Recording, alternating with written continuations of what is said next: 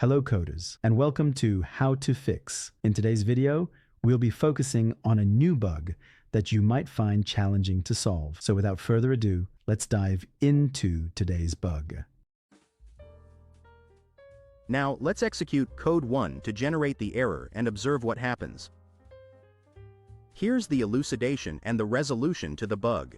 Please halt the video to go through the explanation. Let's now correct the code and take a look at the resulting outcome.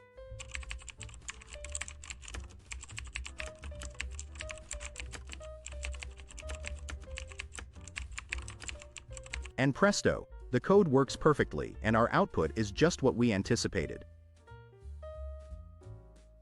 The bug is no more. We've reached the end of today's episode. If you found this video informative, please hit the like button and subscribe to our channel for more coding solution videos.